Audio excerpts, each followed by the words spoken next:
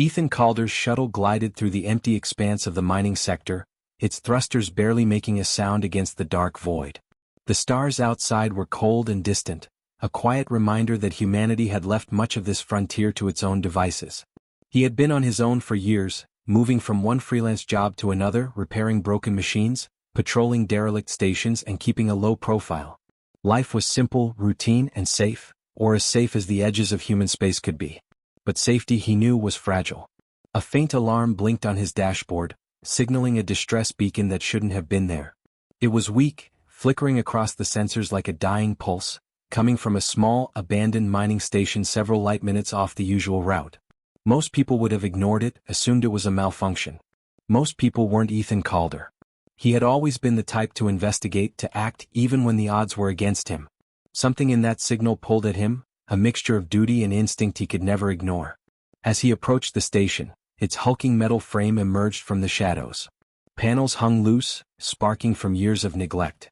The docking bay doors were broken, swaying with the faint push of the vacuum outside. Ethan's hands moved automatically, checking systems and readying his harness. He docked carefully, the shuttle bumping lightly against the bay walls, and activated his magnetic boots.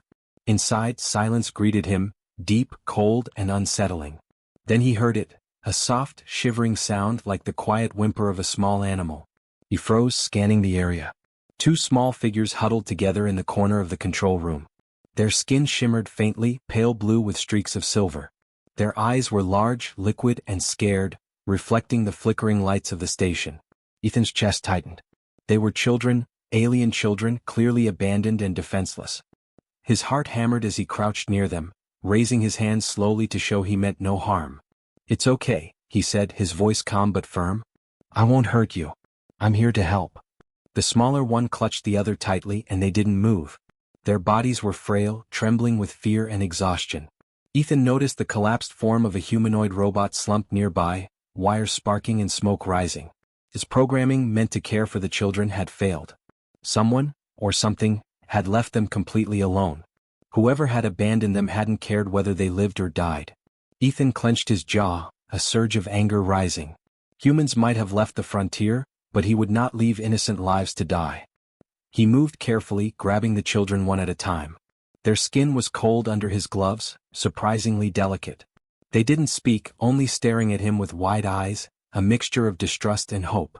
Ethan activated his shuttle's emergency life support, wrapping them in thermal blankets and giving them water. He didn't know their names. He didn't know their species well enough to predict what they could eat, what medicines they might need, or how long they could survive without care. But he knew one thing: they needed him and he would not fail. Outside the station, the vacuum waited, indifferent. Every second spent here increased the danger. Pirate bands and rogue security drones prowled these sectors, scavenging, attacking, or abducting. Ethan had no weapons, no backup. Just his wits, his training, and the sheer determination to keep the children alive. He checked the shuttle's hull and engines. They were fragile, barely enough to survive the jump to the nearest human settlement, but it was all they had. As he lifted off, the twins clinging to him, the station receded into the distance. Sparks flew from damaged panels, a reminder that their rescue had to be quick. Ethan piloted the shuttle manually, threading through asteroid debris that made automated navigation risky. His fingers moved with precise calculation over the controls, adjusting trajectory by millimeters to avoid collisions. The children shivered but did not cry. Ethan spoke softly, telling them they were safe, even though danger still surrounded them. He had to believe it for all of them to survive. Suddenly, a warning light flashed. Something, or someone, was tracking them. Ethan's stomach tightened. It could be a pirate ship or a corporate recovery drone. Whoever it was, they had the capability to intercept a small shuttle like his. Ethan's mind raced, running through options, probabilities, escape routes. There was no room for hesitation. He engaged the ship's minimal stealth systems, hoping to slip through unnoticed. The twins looked up at him, their glowing eyes reflecting panic, fear, and a spark of trust forming in the midst of chaos. Ethan felt a strange connection, a bond forming between human and alien, protector and protected. He would keep them alive. He would outthink, outmaneuver, and outlast anyone who tried to take them. Humanity, he realized, wasn't about the size of the ship or the strength of the weapons. It was about courage, ingenuity, and heart. As the stars streaked past, Ethan glanced at the small figures huddled beside him. They were fragile, untrained, and entirely dependent on him. But if he could navigate the void, dodge the dangers ahead, and keep them alive, he might prove that even a single human could defy impossible odds. And then, just as relief seemed within reach, a new blip appeared on the sensors, a large, fast-moving shadow closing in on their path. Ethan's jaw tightened. The real challenge was about to begin.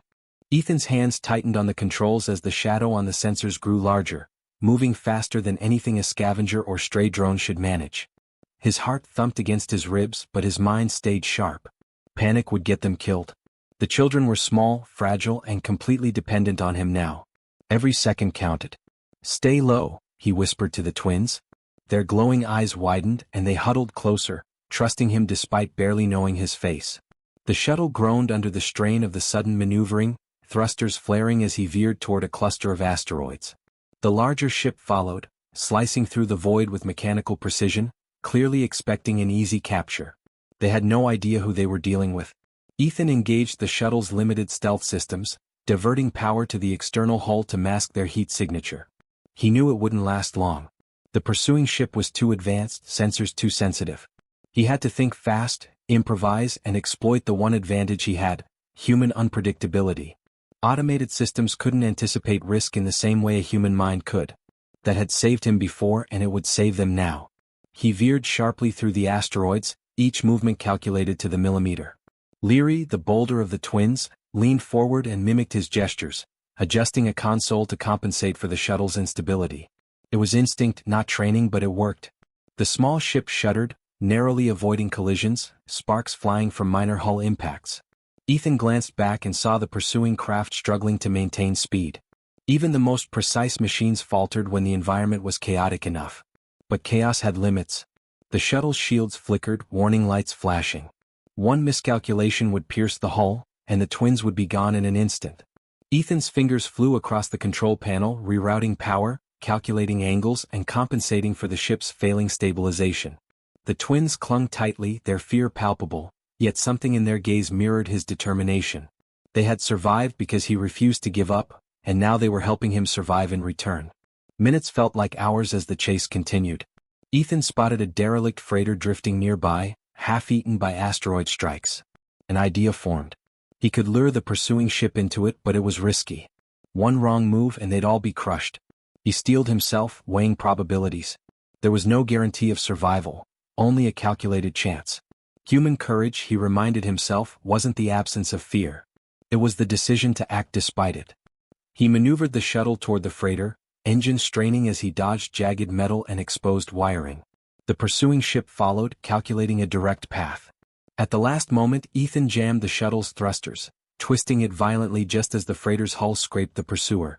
Sparks and debris flew in all directions. Sensors went haywire, and for a heartbeat, the chasing ship faltered. Ethan seized the moment, boosting engines and shooting through a narrow gap between two asteroids. The twins gasped, gripping the seat straps. Ethan's chest burned from the strain, but he didn't slow down. He knew the next leg would be even more dangerous. Corporate trackers were relentless, and this sector was crawling with rogue drones, scavengers, and pirates who wouldn't hesitate to kill. He had to reach safe space. Somewhere human settlements were distant enough that no one would find them. The twins were quiet now, eyes fixed on him, trusting him completely. That trust became a weapon, a reminder of why he could not fail. Leary reached out to touch one of the flickering console lights, and instinctively Ethan showed her how to stabilize the shield output. Her small fingers moved over buttons and sliders, surprisingly adept. Tova, the quieter twin, adjusted sensor readings, alerting him to debris or minor asteroid shifts before the shuttle's systems detected them. Ethan realized the children weren't just passengers, they were allies. Human ingenuity paired with alien instinct made them stronger together. Despite this, danger remained close. A new blip appeared on the sensors, a faster-moving vessel, sleek and black, likely a corporate interceptor. Ethan's jaw clenched. He didn't have enough fuel to outrun it in a straight chase. But straight chases favored machines. Humans thrived in improvisation. He angled the shuttle toward a dense asteroid belt, plotting a course that the interceptor couldn't predict without risking collision. Every turn, every flare of the thrusters had to be perfect. One misstep and all of them would be lost. As they dove into the asteroid field, debris and rocks tore past the shuttle, small impacts rattling the hull. The twins screamed, gripping each other. Ethan's voice was calm, commanding. Almost there. Hold on. Trust me. He had no time to reassure himself. Every moment was survival, every action calculated. He fired small bursts from auxiliary thrusters to spin the shuttle through narrow gaps, the pursuing vessel following, too large and rigid to make the same maneuvers. Suddenly, a massive asteroid shifted, breaking from its path and heading straight toward the shuttle. Ethan twisted the controls violently, and the ship rolled just in time. Leary shouted, startled but exhilarated. Tova's hands hovered over sensors, warning him of another obstacle. Ethan's heart pounded, but a grim smile formed. They were learning to fight with him, to think like him. Against impossible odds, humanity had an edge: the mind, courage, and the willingness to risk everything for life. The asteroid field thinned, the stars opening up ahead.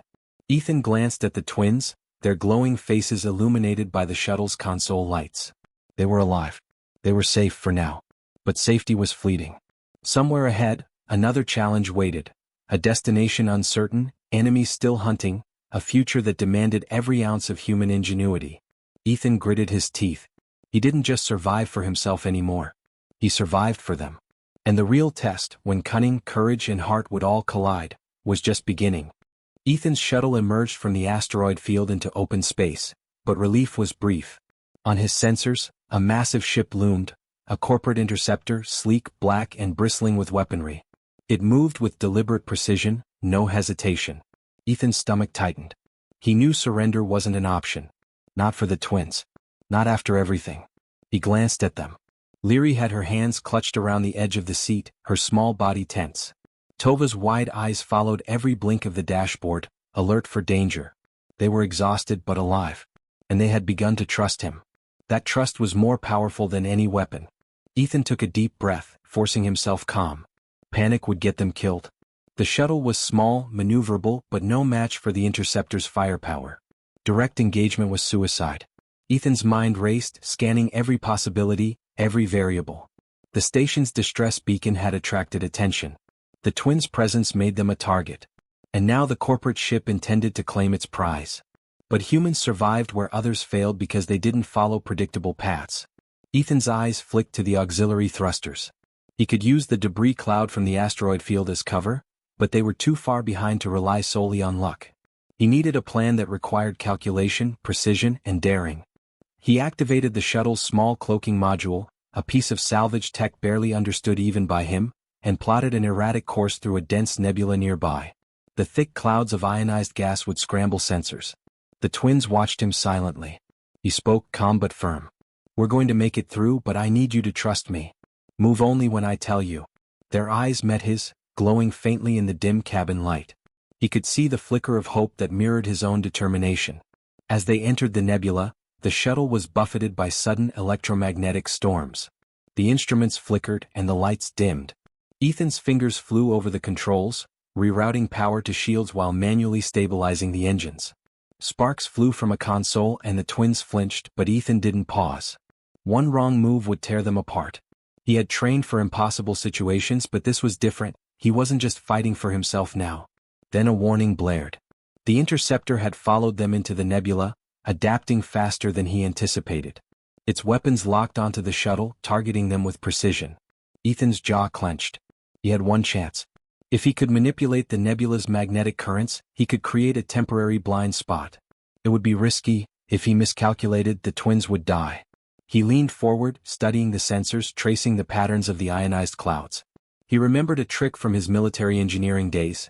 The current would amplify if a pulse of energy was injected at the right angle. He rerouted power from non-essential systems to the small fusion core, timing the pulse to coincide with a surge in the nebula. The shuttle shuddered violently. Sparks flew. The twins screamed, gripping each other. Ethan shouted over the roar, "Hold on. We're not done yet." The pulse shot into the nebula, scattering ions and creating a temporary field that blinded the interceptor's targeting system. For a few precious seconds they were invisible.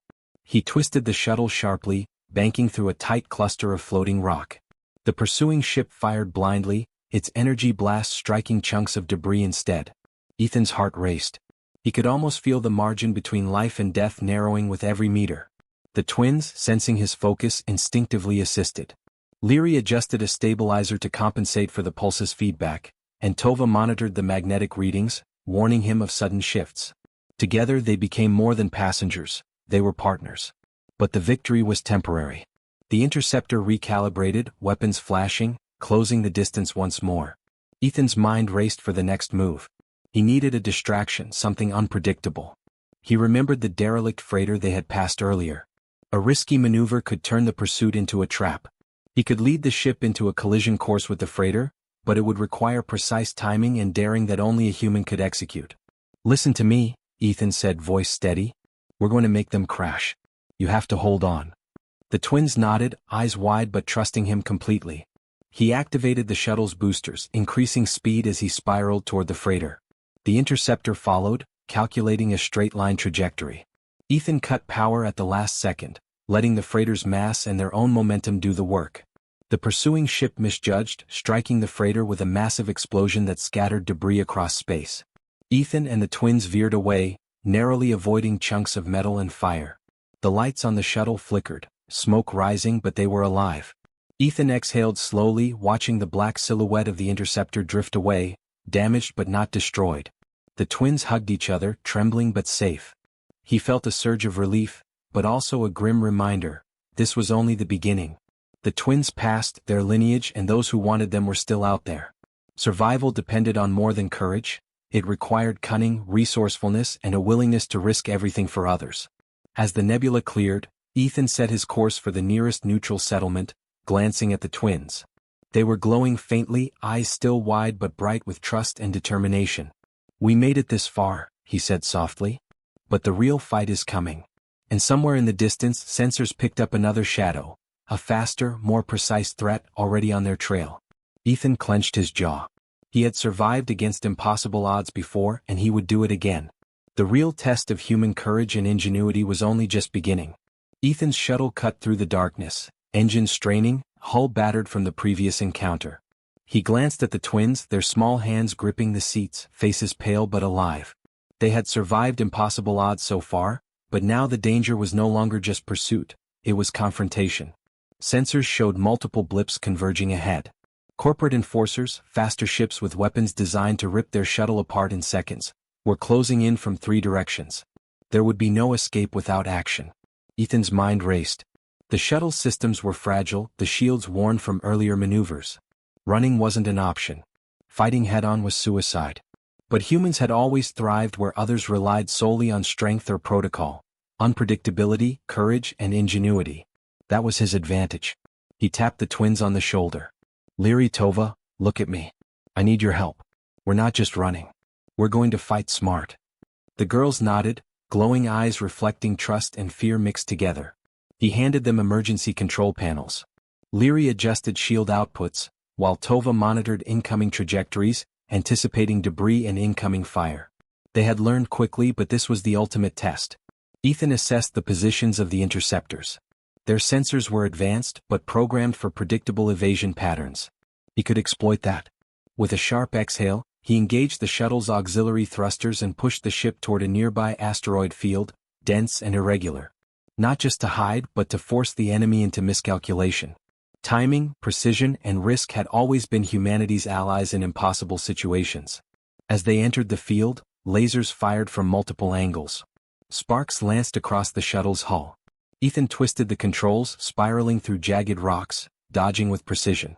Leary adjusted a shield deflector mid-maneuver, keeping the ship's fragile frame from being pierced. Tova's small fingers hovered over sensor inputs, calling out shifts in asteroid momentum before they became threats. Together they moved like a team, instinct and intellect combining. One of the largest interceptors followed, weaponry locked. Ethan noticed a flaw. Its targeting system calculated linear paths, assuming minimal human error. He tilted the shuttle sharply, banking in an unpredictable arc, and fed a series of pulse signals into their own sensors to confuse the enemy. The interceptor fired, energy beams slicing past, only to strike a large floating rock instead. Ethan grinned grimly. Humans didn't just survive, they adapted faster than machines. But the victory was fleeting. A smaller interceptor cut across their path, moving faster than expected. Ethan's chest tightened. Shields were weakening. He knew one hit would tear the shuttle apart. Thinking fast, he activated an experimental hacking module salvaged from his engineering days. With fingers flying over the console, he injected a virus into the interceptor's targeting network, creating false signals and ghost objects. The ship's AI misread its own systems, firing at shadows and debris.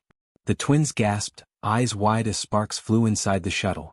Ethan ignored the heat on his palms, focusing on the next step. He had one chance to finish this encounter, not with firepower but with strategy. He aimed the shuttle at the largest asteroid in the field, calculating gravitational slingshots that the pursuing ships could not anticipate. By using the asteroid's mass and trajectory, he could create a temporary blind zone, forcing the interceptors to collide with debris if they pursued aggressively. The plan required split-second timing. Ethan's heart pounded, sweat streaking his face. Leary adjusted shield harmonics as the shuttle rocketed past the asteroid. Tova monitored energy feedback, calling out microseconds of difference that could mean life or death. Ethan's hands moved as if they had a mind of their own, executing maneuvers trained into him but amplified by instinct and necessity. The interceptors, locked onto their pursuit, miscalculated. One slammed into the asteroid with a deafening explosion, debris scattering into the void. Another fired blindly, only to be ensnared in gravitational pull, drifting uselessly. The last paused, calculating what had happened. That hesitation was all Ethan needed. He twisted the shuttle, breaking the line of pursuit, engines screaming, and shot toward a narrow passage between two massive rocks, a path too risky for machines to follow accurately. Silence followed, save for the soft hum of the shuttle's systems. Ethan exhaled slowly, adrenaline still thrumming through his veins. The twins, shaking but smiling faintly, looked at him. They were alive. They had survived against impossible odds because of human courage, intelligence, and determination. But more than survival, Ethan realized something profound. In the vacuum of space, under fire, against enemies far stronger than him, humanity's greatest strength wasn't strength, it was heart. The twins had trusted him. He had risked everything for them. Together, they had turned a desperate flight into a victory through wit, ingenuity, and bravery. Ethan guided the shuttle toward a nearby nebula, dim and dense enough to mask their exit from sensors. The girls leaned back, exhausted but alive. "We made it," Ethan said quietly, almost in disbelief. "We're not out of danger yet, but we proved we can face anything." Leary reached up, touching his arm. "You saved us," she whispered. Tova nodded silently, her small hand on the console. In their eyes, Ethan saw hope, gratitude, and a bond that defied species, space, and circumstance. Humanity had triumphed not through brute force, but through courage, cleverness, and heart, the very things that made them remarkable in the galaxy. And somewhere beyond the nebula, hidden observers, corporate and otherwise, recorded this event. They would remember. They would learn. When a human commits, no machine or army can match the ingenuity, the bravery, or the moral resolve that drives them to protect life, even against impossible odds. Ethan glanced at the twins one more time. "Rest now," he said softly. "The fight isn't over, but we can face it. Together." And for the first time in a long while, he allowed himself to hope that maybe, just maybe, humanity could overcome even the vast indifference of the stars. Ethan guided the shuttle into the quiet of a hidden agricultural moon, far from corporate eyes and the dangers of deep space. The surface stretched beneath them, soft amber fields dotted with small settlements, simple human structures that had survived the frontier by caution and cooperation. He set the shuttle down on a clearing, the engines winding down, and let out a long breath. For the first time in weeks, silence replaced the constant tension of pursuit and survival. The twins sat still for a moment, taking in their new surroundings. Their glowing skin flickered faintly, reflecting the dim light of the moon's twin suns. Tova leaned forward, pressing a small hand to the shuttle window, as if trying to memorize every detail of this fragile human-built haven. Leary turned to Ethan, a hesitant smile breaking across her face. He had never seen such a look in anyone before, fear and hope intertwined, fragile but real. Ethan stepped out first, carefully scanning the perimeter. Though the moon was remote, the past weeks had taught him that danger could appear anywhere. But for now there was nothing, only the quiet breeze of alien grass brushing against his boots. He offered his hand to the twins and they took it slowly, their small fingers warm against his. Over the next days he began to teach them human ways, how to cook simple meals, maintain equipment, and navigate the nearby terrain safely. But more importantly, he taught them about trust, choice, and resilience. Leary and Tova absorbed every lesson with astonishing speed. Their alien instincts gave them advantages he could never have imagined. They could sense weather shifts, predict structural weaknesses in buildings, and anticipate problems in ways humans could not. Under Ethan's guidance, these abilities became tools of survival, not weapons of fear. Ethan often watched them at night, sitting by the soft glow of their small quarters, and felt a profound mix of awe and responsibility. He had saved them from death, but they had also saved him in a way, reminding him of the strength of the human spirit, the moral courage that drives one to protect life even when the universe seems indifferent. Humanity was not just machines, fleets, or firepower, it was heart, intelligence, and the relentless drive to persevere against impossible odds. The twins began to interact more openly with the moon's settlers, teaching them subtle alien ways that improved farming, water collection, and energy conservation. What had started as survival became a partnership. Humans and alien children working side by side, learning from each other. It was a quiet revolution, the kind that no corporate fleet could suppress. Ethan saw changes in himself too. The isolation, fear, and constant vigilance had forced him to rely on instincts he had long forgotten. He had calculated risks, improvised impossible maneuvers, and made life-or-death decisions with the twins' lives in his hands. Yet now, those experiences translated into patience, clarity, and a deep sense of purpose. Humanity had triumphed not because of overwhelming power, but because one man had refused to surrender when all odds were stacked against him. One evening, as twin moons rose over the amber fields, Ethan walked with the girls to a small hill overlooking the settlement. The breeze carried a faint scent of alien flora mixed with human crops. Leary leaned on his shoulder, Tova holding his hand, and for a moment, everything felt simple, safe, even normal. "We made it," Ethan said softly, more to himself than them. "You're safe now. No one can take you from here." Tova looked up, eyes shimmering with bioluminescence. "You saved us, Ethan. You didn't just protect us, you taught us to fight with our minds." Leary nodded in agreement. "We trust you. We'll follow you anywhere." Ethan smiled, a mixture of pride and humility washing over him. He had saved lives, yes, but he had also created a bond that transcended species, culture, and danger. Humanity's courage had sparked hope in others, proving that intelligence, compassion, and determination could carve light even through the darkness of space. Weeks turned into months. Ethan and the twins built a life on the moon, small but meaningful.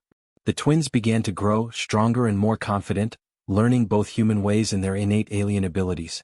Occasionally, sensors picked up distant corporate probes, but none dared approach the settlement.